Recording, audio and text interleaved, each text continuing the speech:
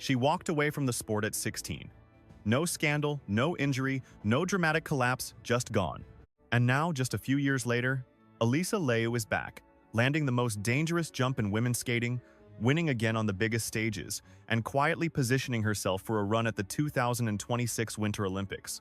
That alone sounds impressive, but it doesn't explain why this comeback matters. Because Alysa Liu isn't just returning to figure skating, she's returning on her own terms, and that changes everything. Here is the part most people forget. Alysa did not leave because she failed. She left after becoming the youngest United States national champion in history. After redefining what technical difficulty looked like for American women, after carrying expectations most adults would buckle under. Statistically, athletes who step away that early almost never come back at this level. Psychologically, it is even rarer. Early success creates a trap. Once you peak young, every return is measured against a version of yourself that no longer exists. Most athletes chase that ghost and burn out trying. Alysa did not. When she retired, she did not call it taking a break. She framed it as choosing herself. That choice quietly rewired the trajectory of her career because when she came back, something was different. This time, she was not skating to survive expectations. She was skating with creative control, choosing her music, designing her programs, setting her schedule, driving herself to practice. That may sound small, but in elite figure skating, it is revolutionary. And here is where the story takes a turn most fans did not expect. After years away, after physical changes, after mental distance from competition, Alysa did not return cautiously. She returned aggressively, rebuilding one of the most technically feared elements in the sport, the triple axel. A jump that separates contenders from legends. A jump that has ended careers. A jump she did not need to chase unless she was aiming higher than just a comeback. That is the real question.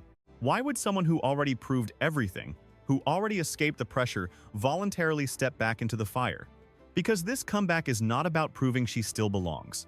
It is about proving she can define what belonging looks like. And once you understand that, the rest of her story stops being about medals and starts being about control, timing, and legacy. And that is where things get interesting. When Alysa Liu stepped away from figure skating, the headlines framed it as shock. Prodigies are not supposed to quit. Champions are not supposed to leave while they are still winning, and teenagers definitely are not supposed to walk away from Olympic paths that others would sacrifice everything for.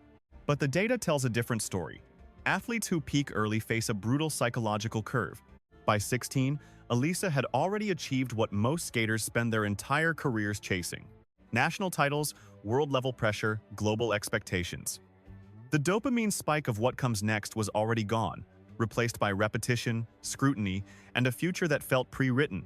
And that is the part people miss. Burnout does not arrive with fireworks. It arrives quietly when autonomy disappears. In interviews after her retirement, Alysa did not talk about fear or failure. She talked about not feeling connected to the sport anymore, about skating because she was supposed to, not because she wanted to. That distinction matters. Psychologically, motivation splits into two forces: external reward and internal ownership. When external reward dominates for too long, performance collapses, even if results look successful from the outside. So Alysa stepped off the ice. No farewell tour, no dramatic comeback tease, just distance. She went to school, she traveled, she skied, she existed without a stopwatch or a judging panel deciding her worth.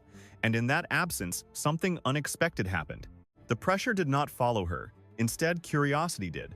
Figure skating stopped being an obligation and slowly became an option again. That is when the comeback stopped being impossible. Because when Alysa returned, she didn't return to the same system. She returned with leverage. She didn't just rejoin training. She restructured it. This time, she had creative control over her programs, control over her music, control over her schedule, control over her body, and control over her time. That's not common in elite skating, especially for women. And that shift changed the psychology of everything. Instead of chasing validation, she was building expression. Instead of reacting to expectations, she was setting them.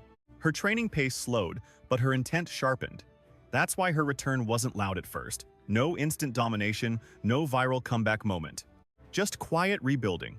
Edges, timing, confidence, identity, and then, almost without warning, the results started to follow. Clean programs, increasing difficulty, calm under pressure. Not the skater she used to be, but a more dangerous version. Because now she wasn't skating to stay on top, She was skating because she chose to be there. And that's when the question shifted again. If this comeback wasn't about reclaiming the past, what exactly was she building toward? Because the next phase of her return wouldn't just surprise fans, it would shock the entire figure skating world.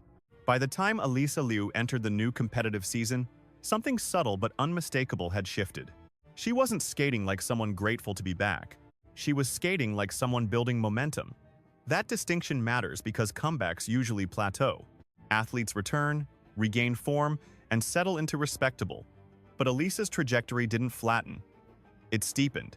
And the clearest signal came from one decision. She brought back the triple axel. From a data perspective, this is where the story becomes dangerous in the best way. The triple axel isn't just another jump, it's a separator. A forward takeoff, 3.5 rotations, minimal margin for error. In women's skating, it carries one of the highest base values and one of the highest failure rates. Most skaters avoid it unless they absolutely need it. Alysa didn't need it to stay competitive. She chose it to change the equation. And that choice immediately reframed how judges, rivals, and fans interpreted her return. Because when she started landing the jump again, not just once, not just in highlight clips but repeatedly, the conversation shifted. This wasn't a skater testing her limits. This was a skater expanding them. Technically, her scores climbed strategically. Her leverage multiplied. A clean triple axel doesn't just add points, it forces everyone else to skate differently. Rivals take risks they weren't planning to take. Programs get rushed, mistakes compound. And Alysa? She stayed calm. You could see it in how she paced her programs. She didn't attack the ice, she controlled it. Elements flowed instead of feeling forced. Transitions looked deliberate. Her skating had space, a sign of confidence, not caution. That composure translated into results. Podiums came first, then wins, not chaotic breakthroughs, controlled ones. And here's the detail most headlines missed. Alysa wasn't peaking early. She was layering difficulty deliberately, increasing her technical ceiling while protecting consistency. That's not comeback behavior. That's championship behavior. Competition after competition, the pressure increased and she absorbed it without visible strain. Where younger skaters tightened, she loosened. Where others skated faster, she skated smarter. Her programs didn't scream urgency.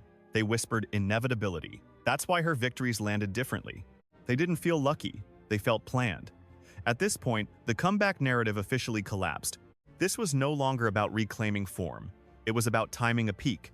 Because the version of Alysa Liu, who retired at 16, was overwhelmed by the sport's demands, the version standing here now understands them and is using them. And that realization changes the stakes completely. Because if she's already winning while still building, if she's landing the hardest jump in the sport without forcing it, if she's skating with patience instead of panic, then the question isn't whether this comeback worked. The question is whether the rest of the field is ready for what happens when she reaches full form, right when it matters most. Here is the uncomfortable truth the rest of the field has to face. Alysa Liu didn't just come back. She came back late on purpose. In elite sports, timing is everything. Peak too early and the pressure eats you alive. Peak too late and the window closes before you ever touch it.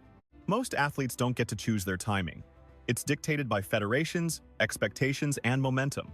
They can't slow down. Alysa did something almost no one else dared to do. She stepped off the conveyor belt. And now, because of that decision, she's entering the Olympic cycle with something her rivals can't manufacture.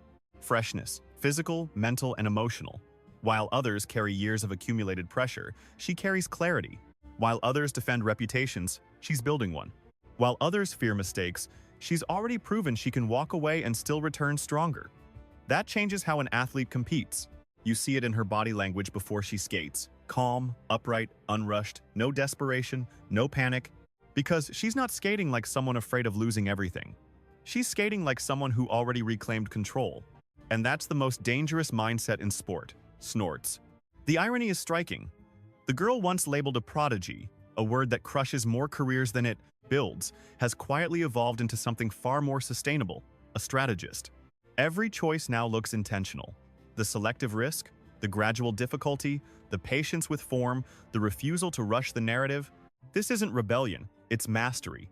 And that's why her presence reshapes the Olympic conversation without her saying a word. She doesn't need to declare ambition, her skating does it for her. Because when an athlete lands the hardest jump in the sport without chasing it, when victories feel composed instead of frantic, when momentum rises instead of spikes, That's not a comeback story anymore. That's a timing story. And timing is the one advantage no one else can copy. As the road to 2026 narrows, the pressure will intensify. Expectations will grow louder, the margins will get thinner.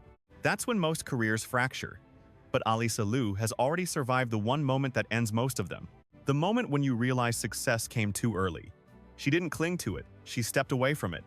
And now she's returning when it actually means something. Which brings us back to where this story started. She didn't come back to prove she still belongs. She came back to decide how she belongs. And if she peaks exactly when the world is watching, this won't be remembered as a comeback at all. It will be remembered as one of the smartest career moves figure skating has ever seen.